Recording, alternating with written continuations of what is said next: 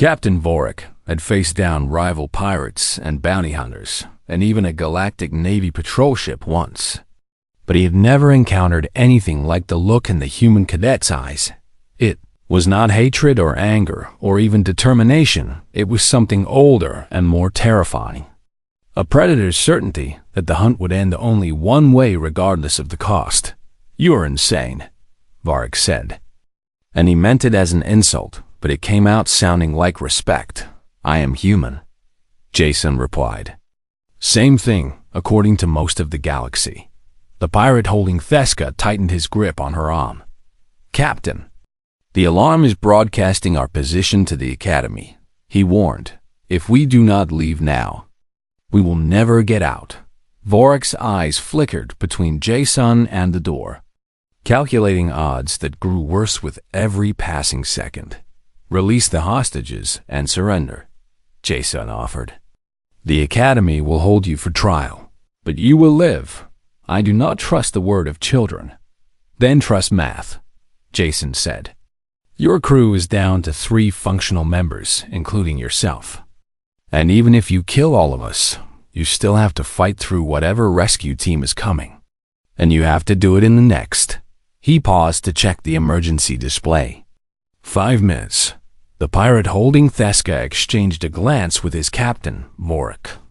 "He is right," the mercenary said. "This job is done. We can still take hostages," Vorik argued. But his voice had lost its conviction. "We came here for easy money," his subordinate replied. "There is nothing easy about this." Jason watched the calculation happening in Vorik's mind. The pirate captain weighing pride against survival and slowly accepting which one mattered more. "If I surrender," Vorik said carefully, "what guarantees do I have?" "My word," Jason answered. "And the word of every cadet here, who would have to live with it if we killed prisoners." Theska spoke up despite the arm pressed against her throat. "Humans value honor," she said. "I have learned that today, and if he says you will live, you will live." Vorik stared at her for a long moment. Then at Dulmer, who was still standing despite wounds that would have killed a lesser being. Then back at Jason. Something in the pirate captain's face shifted. "Release them," he ordered. The mercenary holding Theska hesitated. "Captain?" "Release them," Vorik repeated, and this time it was clearly a command. The pirate let Theska go, and she immediately moved to check on Rennick, who was groaning. As consciousness returned, Vorik lowered his pistol and placed it on the deck at his feet. "I would like it noted that I am surrendering to a superior force," he said with something that might have been dark humor. "Even if that force consists of children who were supposed to be helpless." The remaining pirates followed their captain's lead. And suddenly the bridge was secure. Jason felt his legs start to shake as the adrenaline began to fade, and he leaned against a console to keep himself upright. "Dulmer," he said, "check the hostages, Theska. Can you get a message to the Academy?" They moved to follow his orders without question, and Jason allowed himself one moment to close his eyes and breathe. The rescue shuttle docked 4 minutes later, and Instructor Vorath was the first one through the airlock with a security team at his back. He found the bridge secured, the pirates bound with their own restraints, and 12 cadets who looked like they had walked through hell and come out the other side. His yellow eyes found Jason, and for a long moment, the veteran and the cadet simply looked at each other.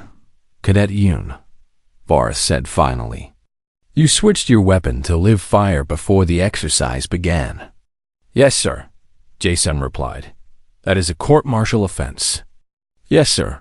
Vorath looked around the bridge at the unconscious pirates and the freed hostages and the wounded but unbowed cadets. "It is also the only reason anyone on this ship is still alive," he said.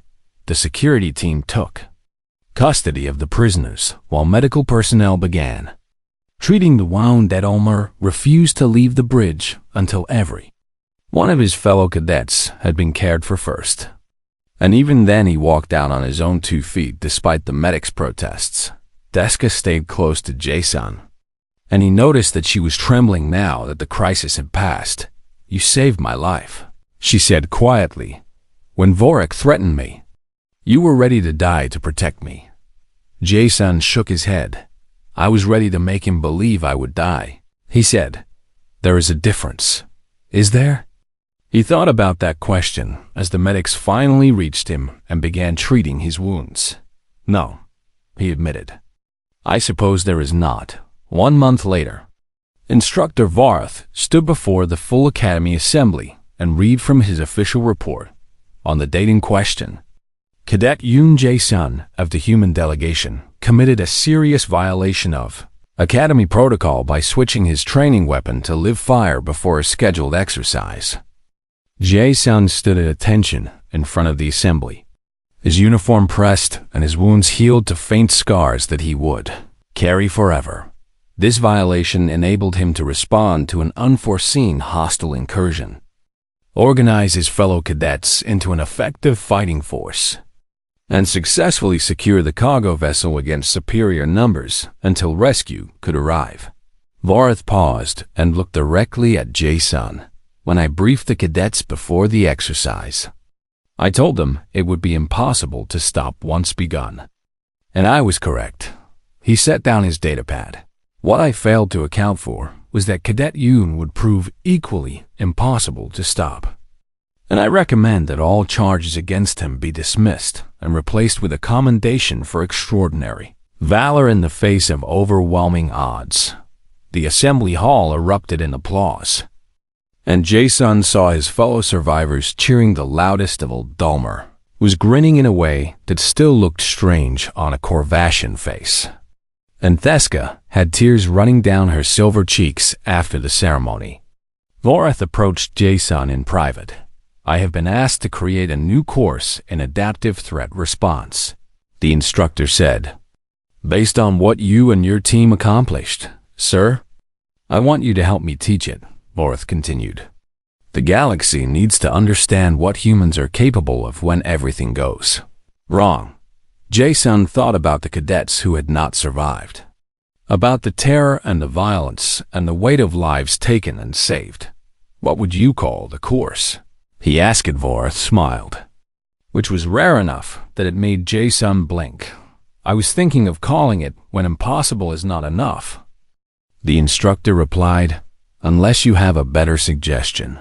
The following term, Assistant Instructor Yoon Jae-sun stood before his first class of mixed species cadets and saw the same mix of curiosity and skepticism that he remembered from his own early days at the Academy. "Welcome to Adaptive Threat Response," he said.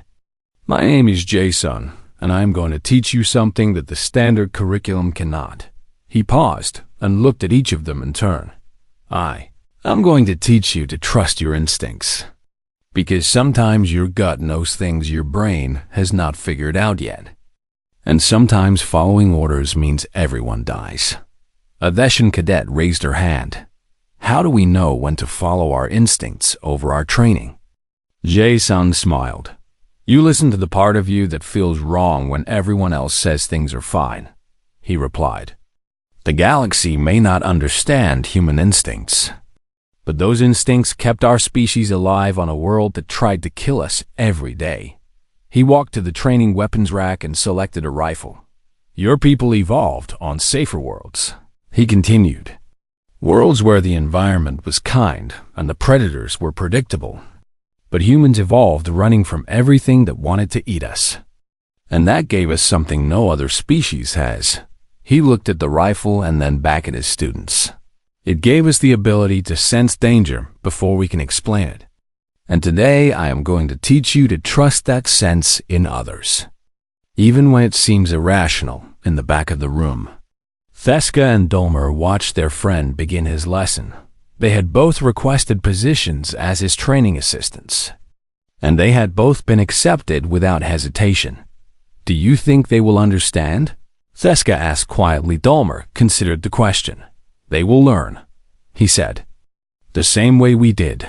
"You mean they will learn when everything goes wrong?" I mean, they will learn that having a human on your team means you are never truly out of options, Dahmer replied. And that is a lesson worth whatever it costs to teach in the training hall.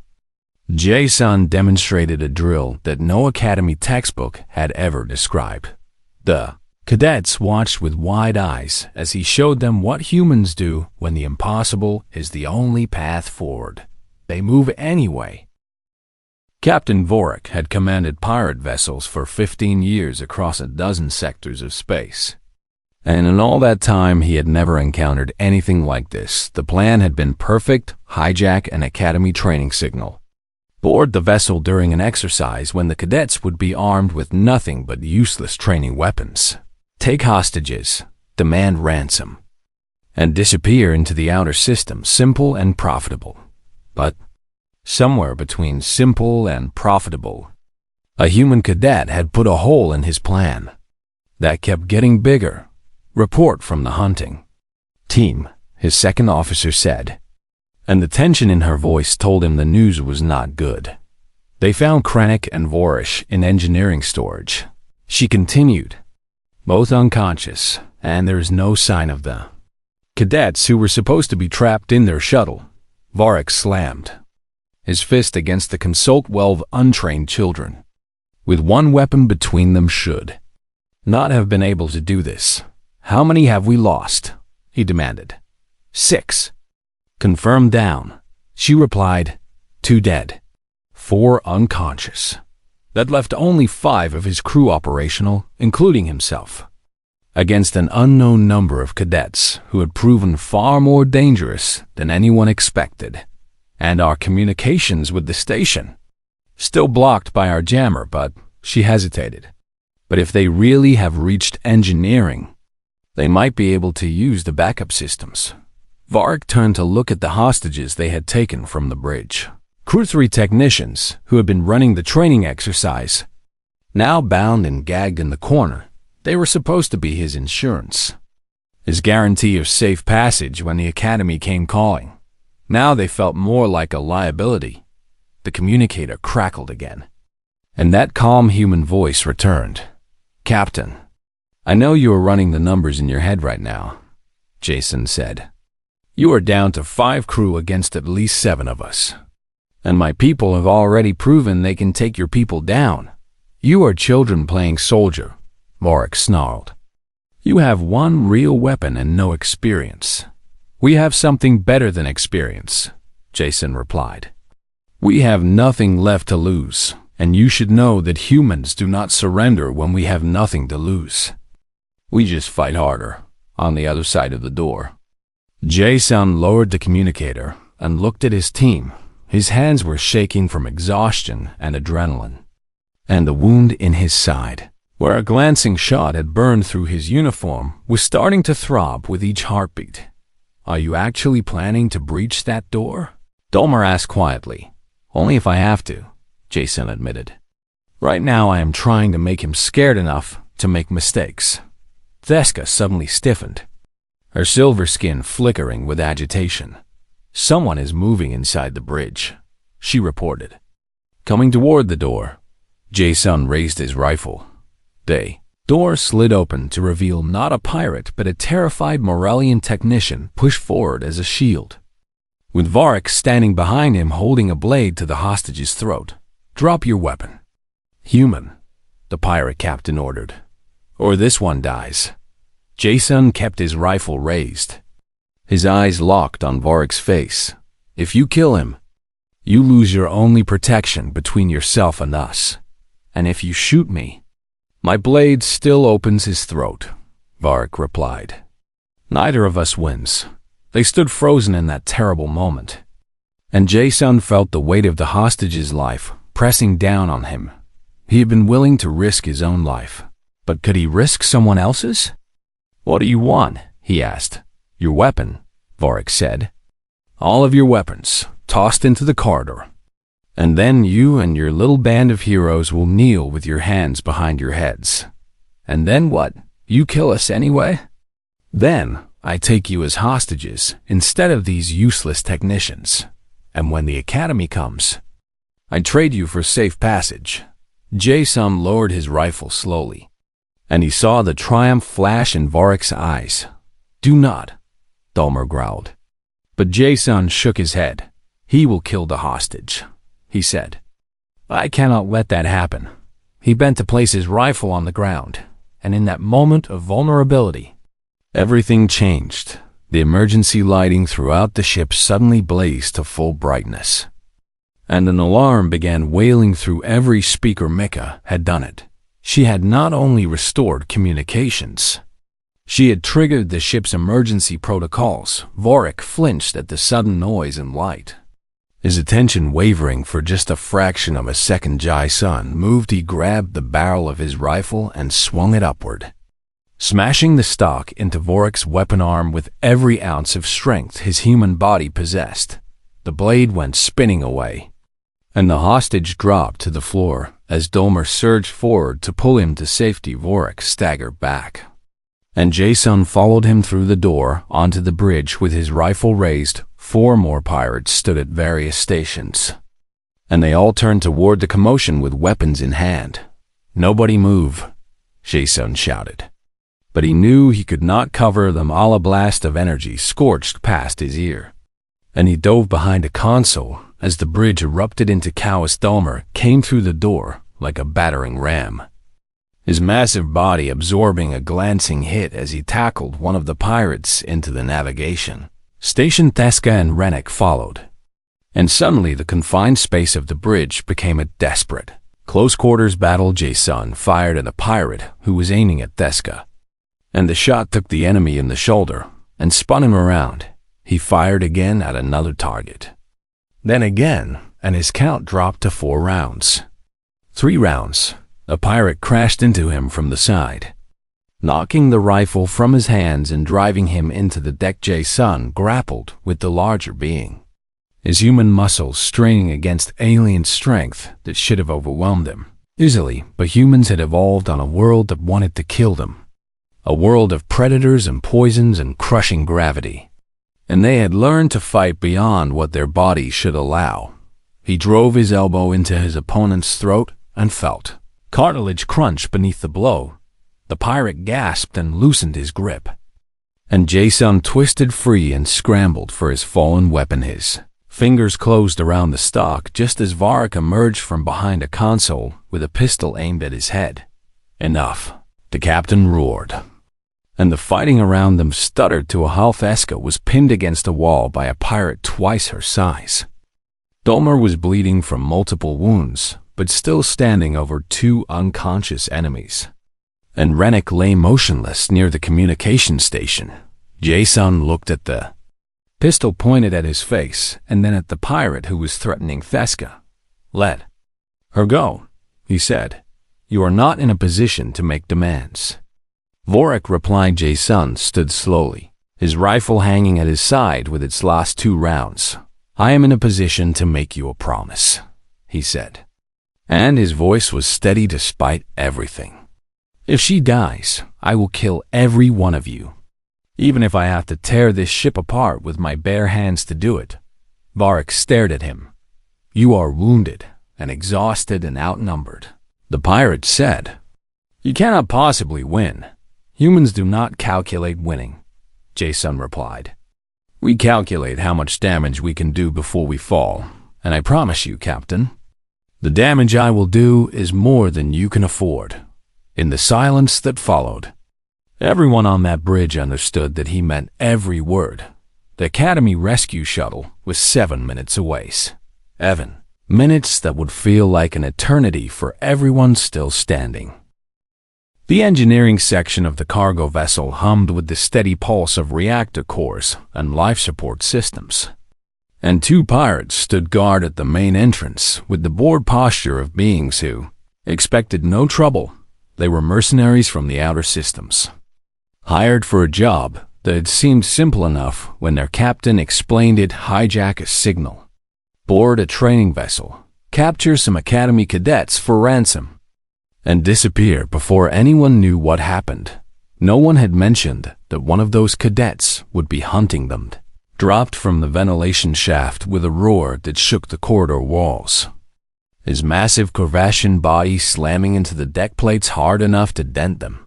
The guards spun toward the sound, weapons raised. Exactly as Jason had predicted they would. He came out of the shaft behind them silent as a shadow and fired twice before they could turn back around. Both pirates dropped, and Dulmer was already moving to secure the engineering door before their bodies hit the floor. "Clear," Jason called softly, and the other cadets began emerging from the ventilation system. One by one, Theska went straight to the main console, her silver fingers dancing across controls that were older than most of the cadets present. "The communication array is not damaged," she reported. "They installed a jamming device somewhere on the ship that is blocking all frequencies." "Can you trace it?" Jason asked, taking up a defensive position near the door while Dulmer dragged the unconscious pirates into a storage. Theska closed her eyes and extended her senses through the ship's electrical systems upper deck. She said after a moment, "Near the bridge. The signal is coming from near the bridge." Jason felt his stomach tighten because the bridge was exactly where he had expected the pirate leader to be getting. There would mean fighting through whatever forces remained between them and their objective. "How many hostiles left on the ship?" he asked. "At least 8. That I can sense," Theska replied. "Maybe more if any of them are using signal dampeners." 8 enemies, 10 rounds in his rifle, and a group of cadets armed with nothing but their training and their determination. Jason allowed himself one moment to feel the weight of what he was asking them to do. And then he pushed that feeling aside. "We need to split up," he announced. And he saw the fear flash across several faces. "One team stays here and works on restoring emergency communications through the backup systems. The other team comes with me to the bridge. Split our forces when we are already outnumbered," Dulmer said. But it was a question rather than a challenge. "They know we are moving now," Jason explained. "Those guards will be missed soon, and when that happens, every pirate on this ship will come looking for us." He gestured at the engineering console. "If we can get even a partial signal out to the Academy, they will know we are alive and fighting. And that might make the pirates think twice about killing hostages." Mika, the small Valorian, stepped forward with determination in her large amber eyes. "I can work the communication systems," she said. "My people design half the equipment in this section." "Then you lead the engineering team," Jason said. And he saw a surprise flicker across her face at being given command. "Theska, I need you with me to track the remaining hostiles." The Rovarian nodded without hesitation. Dulmer cracked his knuckles, the sound like small explosions in the quiet room. "I assume you want me to keep hitting things," he said. "I want you to keep our people alive," Jason replied. "Whether that means hitting things or carrying wounded or blocking doorways with that body of yours." Something passed between them in that moment, an understanding that went beyond words. Dulmer had spent 2 years looking down on the human cadet who never stood out in exercises. And now that same human was leading them through a situation that would have broken most veterans. "I will keep them alive," the Corvassian promised. And Jason believed him. They divided into 2 groups, with 5 cadets remaining in engineering and 7 heading for the bridge. Jason led his team back into the FIU ventilation system because the corridors would be watched now. They moved through the darkness in single file, with Theska at the front sensing the way and Dulmer bringing up the rear. Ship creaked and groaned around them as they climbed toward the upper deck. And Jason found himself thinking about his family back on Earth. His mother would be getting ready for dinner right now, completely unaware that her son was crawling through a pirate-infested ship with borrowed time and limited ammunition. He wondered if she would be proud of him or just terrified, probably both. Movement ahead. Theska breathed, and everyone froze. 3 hostiles in the corridor outside the bridge, Jason considered their options. They could try to go around, but that would cost them time they did not have. They could wait for an opening. But the pirates might discover the engineering team before that happened, or they could attack. Can you tell if they are alert or relaxed? He asked. Deskash concentrated for a moment. They're electromagnetic. Signatures suggest boredom, she reported. They do not expect trouble from this direction. Jason made his decision.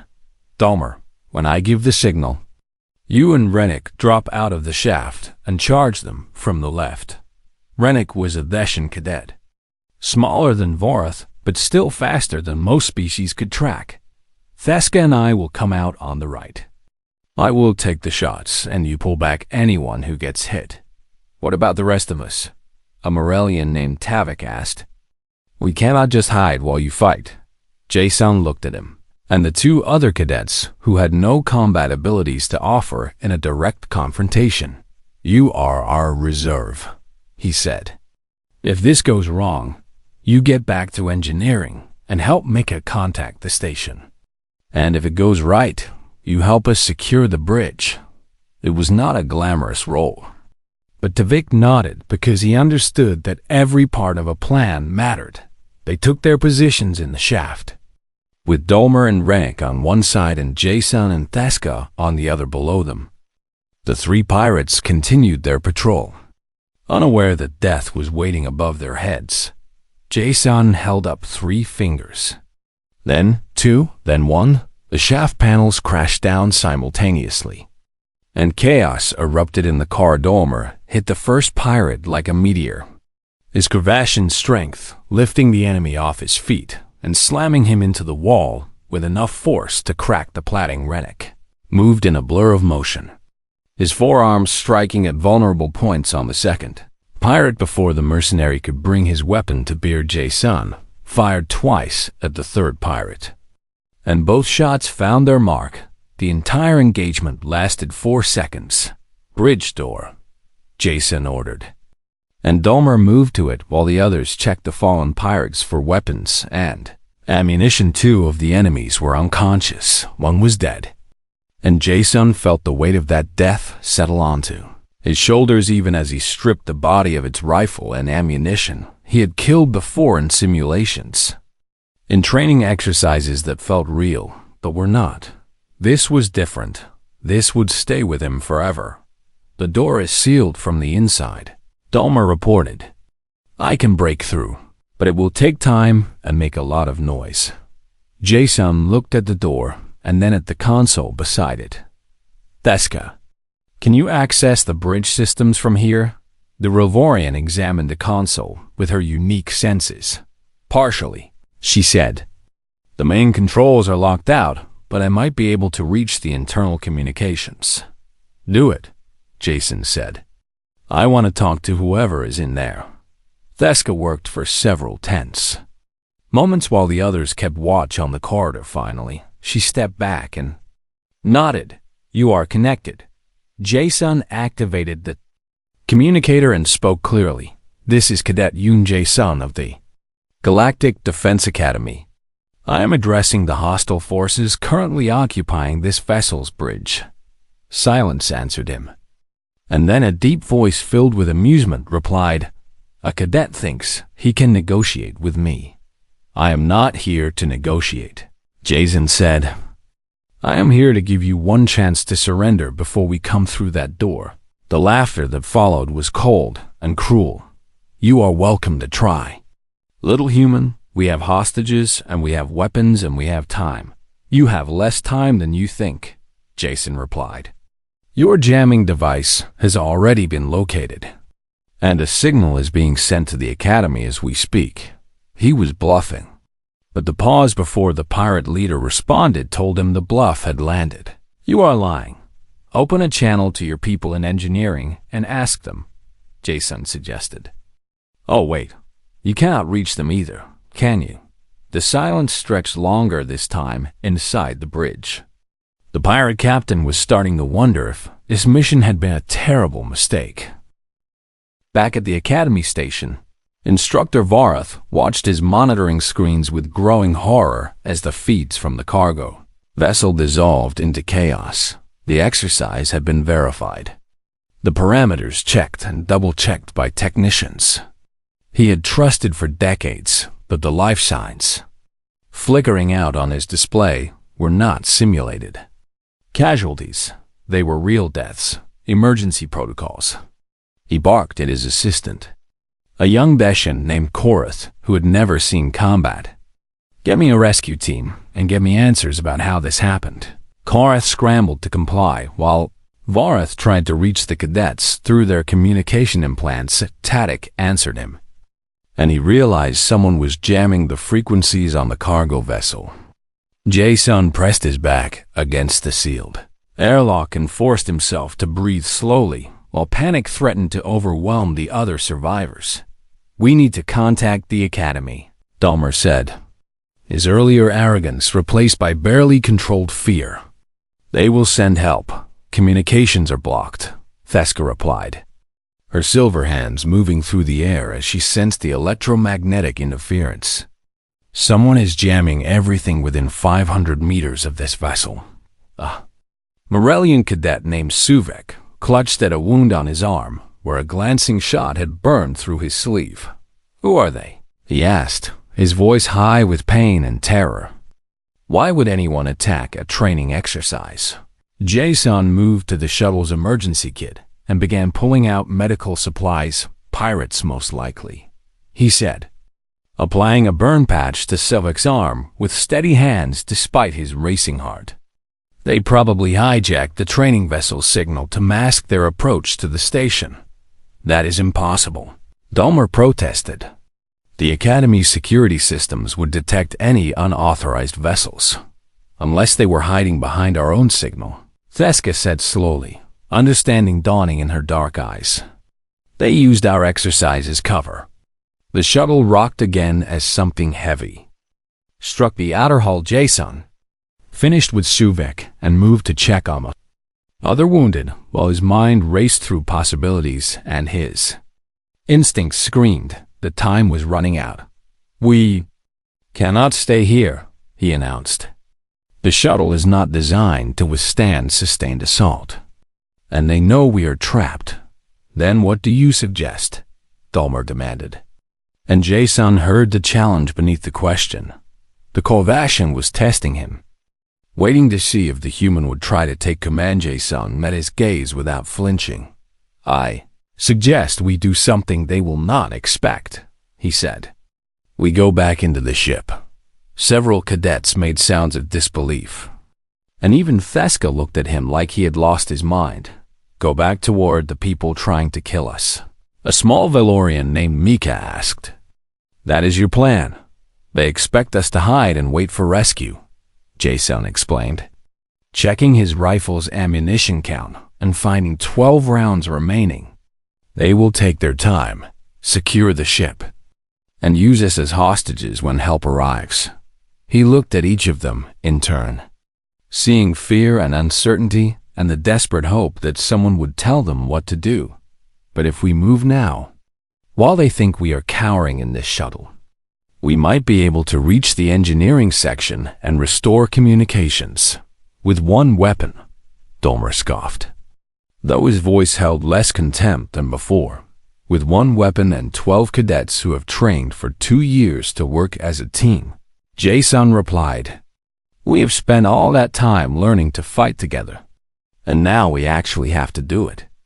Silence filled the shuttle as the survivors looked at each other. Theska stepped forward first. "I can sense their positions through the bulkheads," she said. "My species evolved to detect electromagnetic signatures from living beings." Dahmer's jaw tightened, but he nodded slowly. "Corvashians are strong enough to bend hull plating," he admitted. "If we need to create barriers or block passages, one by one." The other cadets offered what they could contribute, and Jason felt something shift in the cramped space of that damaged shuttle. They were scared and wounded and facing impossible odds, but they were choosing to fight together. "Engineering is 3 sections forward and 1 level down," he said. pulling up his memory of the ship's layout. We move quiet and we move fast. And we do not engage unless we have no choice. He handed his medical kit to Suvek. You stay with the wounded and seal this shuttle behind us, he ordered. If we do not restore communications within 30 minutes, you launch and try to reach the station. Suvek started to protest, but the look in Jason's eyes stopped him. 30 minutes, the Morellian agreed. Quiet Lyson moved to the inner airlock and began the cycling sequence while the others formed up behind him. His hands were steady now. His fear compressed into a cold knot in his stomach that he could ignore for as long as he needed to. The airlock opened onto the same red-lit corridor where their classmates had DJ Sun could see the bodies in the distance. And he forced himself to look away because grief was a luxury he could not afford. He signaled Theska to scan ahead. 4 life signs, she whispered. 2 stationary at the end of the corridor. 2 moving toward the cargo bay on the level below us. Jason processed the information and made his decision. We go up through the maintenance shaft, he breathed, pointing to a panel in the ceiling.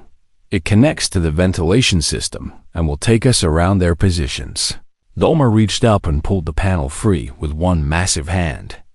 The metal groaning in protest before giving way, the Corvashian boosted the smaller cadets into the shaft first, then climbed in himself while Jason covered their retreat when everyone was safely inside. Jason pulled himself up and sealed the panel behind them. They crawled through darkness, guided only by Theska's whispered directions and the distant sounds of the pirates moving through the ship.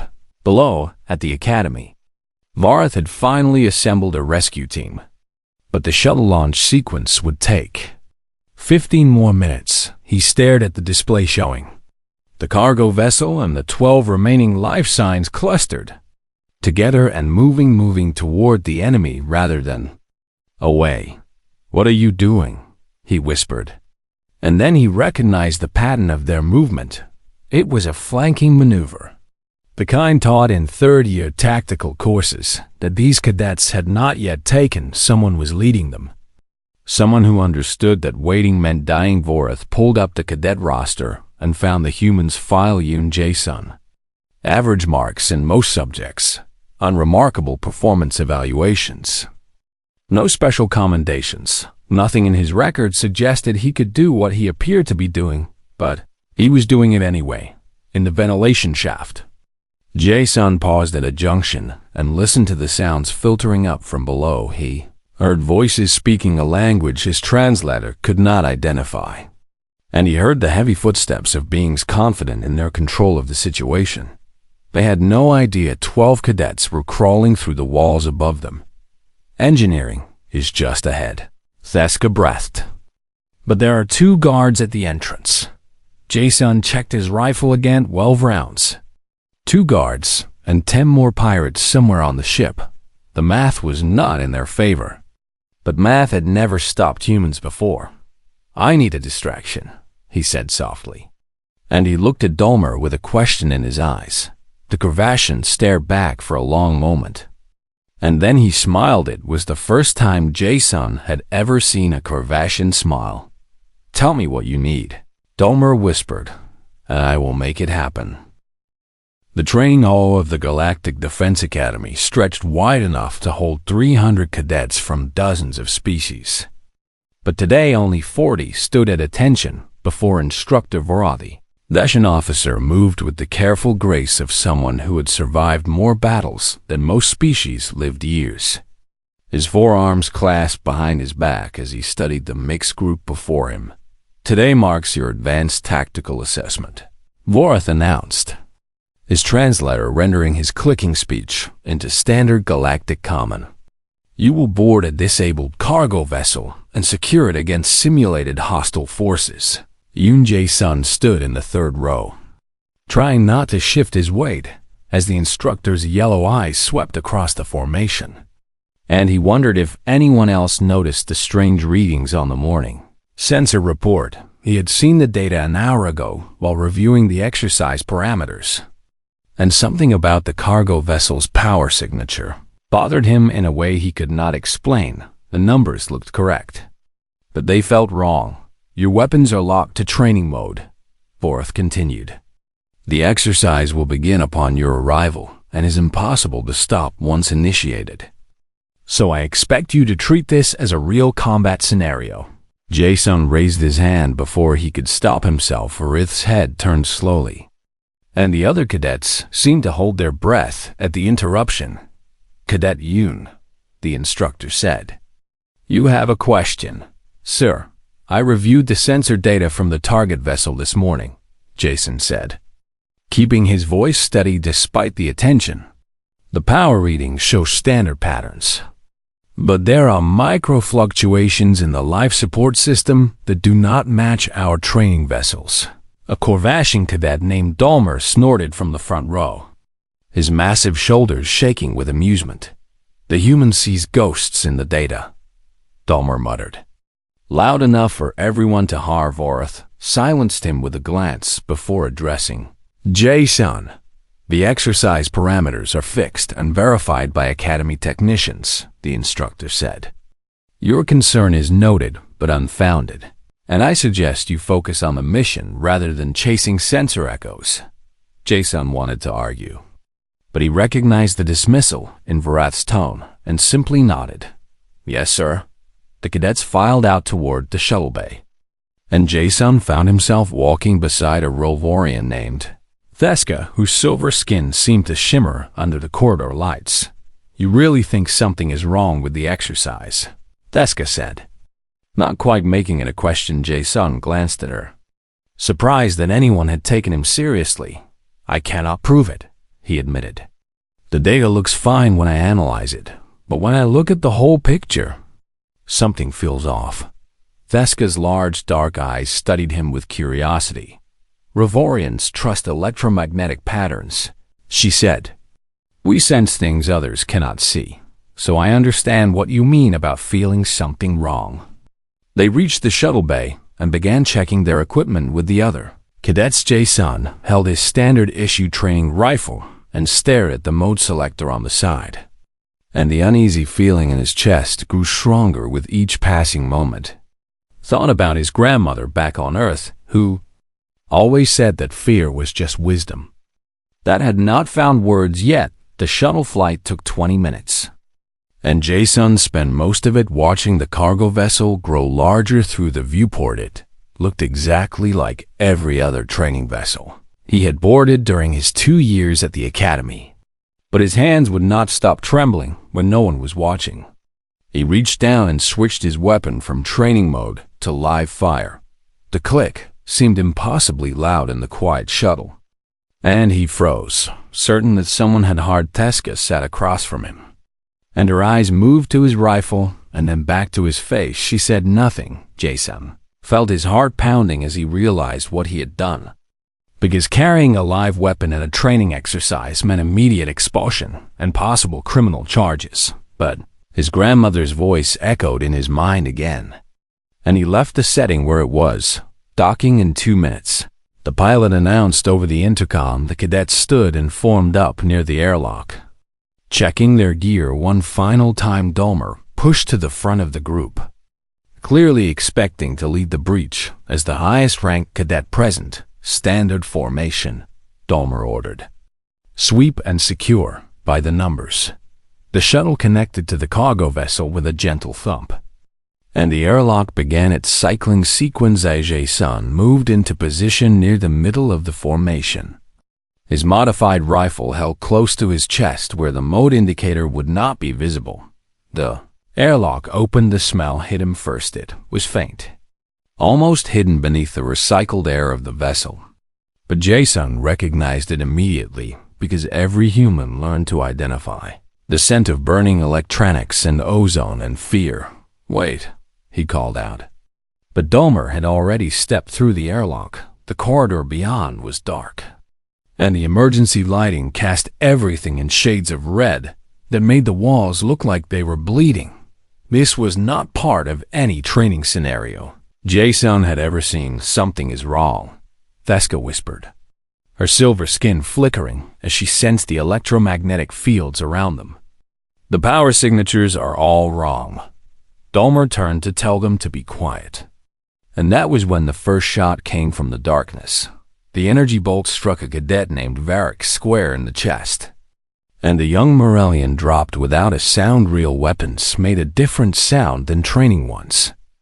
And everyone in that corridor knew the difference. "Contact," someone screamed. And then the darkness came alive with weapons fired. Jason grabbed Theska and pulled her behind a support column as bolts scorched the air around them. 2 more cadets fell, and Dulmer stumbled backward with a look of pure shock on his face, because nothing in his training had prepared him for this. These were not holograms. These were not simulations. These were real enemies with real weapons. And they were killing his classmates. Jason raised his rifle and fired 3 times into the muzzle flashes ahead. The sound of his live rounds was thunder compared to the whisper of training weapons. And he heard a scream from the darkness that told him at least 1 shot had found its target. "Everyone back to the airlock," he shouted, laying down covering fire as the surviving cadets scrambled for safety. Dulmer stared at him with wide eyes. "Your weapon," the Kovashian gasped. "It is live. You brought a live weapon to a training exercise. And right now, that is the only thing keeping us alive," Jason replied, firing again to force the attackers back. "Move." They retreated through the airlock and sealed it behind them. And Jason counted heads in the dim light of the shuttle. 12 cadets remained from the original 40. Theska pressed herself against the wall, her entire body trembling as she processed what had just happened. "How did you know?" she demanded. "How did you know to bring a real weapon?" Jason shook his head because he did not have an answer that would make sense to anyone who was not human. "I did not know," he admitted. "I just felt wrong enough to prepare for something bad." The shuttle rocked as something struck it from outside, and they all realized the same terrible truth at once. They were trapped on a vessel full of enemies with 1 weapon among 12 survivors, and somewhere in the distance they could hear the attackers regrouping for another assault.